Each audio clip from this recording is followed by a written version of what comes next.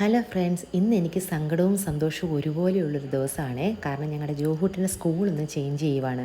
LKG മുതൽ 3rd standard വരെ പഠിച്ചത് വേറെ സ്കൂളിലാണ്. അപ്പോൾ 4th സ്റ്റാൻഡേർഡ് ആയപ്പോൾ ഞങ്ങളൊന്ന് ചേഞ്ച് ചെയ്യുവാണ്. കാർമൽ എന്ന് പറയുന്ന സ്കൂളിലേക്കാണ് മാറ്റം. അവിടെ സ്കൂള്, ടീച്ചേഴ്സ്, ഫ്രണ്ട്സ് എല്ലാം അവന് ചേഞ്ചാണ്.